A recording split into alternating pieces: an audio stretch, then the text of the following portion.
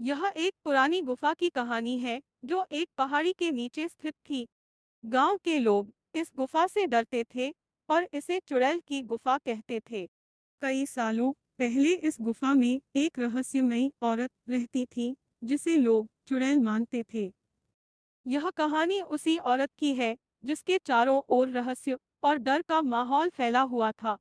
अध्याय एक गुफा का रहस्य। गांव का नाम शांतिपुर था, लेकिन इस नाम के विपरीत इस गांव में एक अजीब सा डर फैला हुआ था। इस डर का मुख्य कारण गांव के बाहर स्थित वह गुफा थी।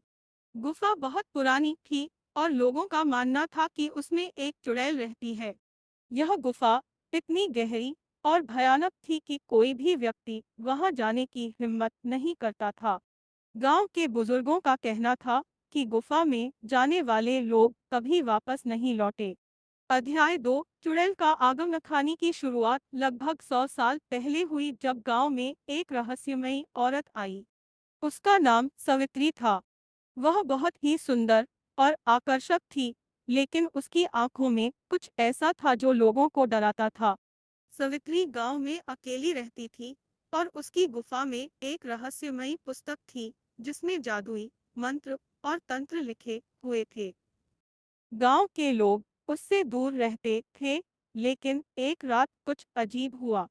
अध्याय 3 सवित्री का रहस्य। एक रात गांव में भयानक तूफान आया। लोगों ने देखा कि सवित्री गुफा के अंदर चली गई और उसके बाद गुफा से अजीबोगरीब रोशनी और आवाजें आने लगी। अगली सुबह लोग गुफा के पास गए तो देखा कि वहां का माहौल बिल्कुल बदल चुका था।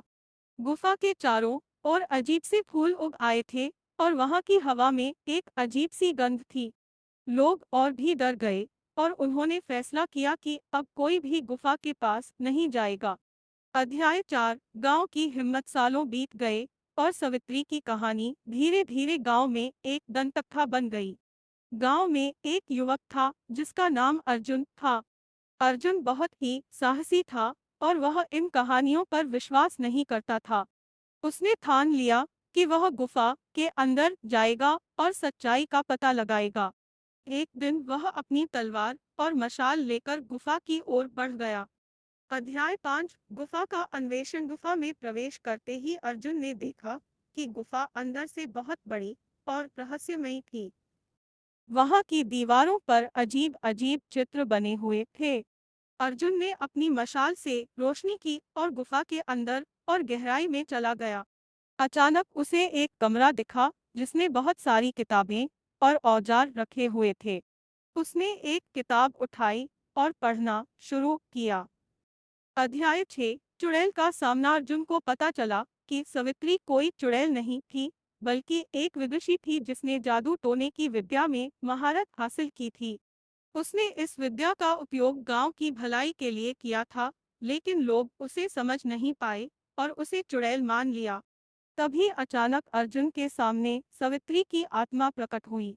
आत्मा ने अर्जुन को सब कुछ बताया और उसकी मदद मांगी। अध्याय 7 सच्चाई का उद्घाटन। अर्जुन ने सवित्री की आत्मा की मदद से गांव में लौटकर सबको सच्चाई बताई। उसने लोगों को सवित्री की पुस्तकें और उसके द्वारा किए गए अच्छे कामों के बारे में बताया।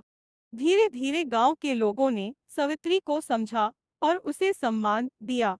गुफा अब डर की जगह नहीं रही, बल्कि एक पवित्र स्थान बन गई जहां लोग सवित्री की याद में आते थे। समापन। यह कहानी हमें सिखाती है कि बिना जाने और समझे किसी के बारे में धारणाएं नहीं बनानी चाहिए।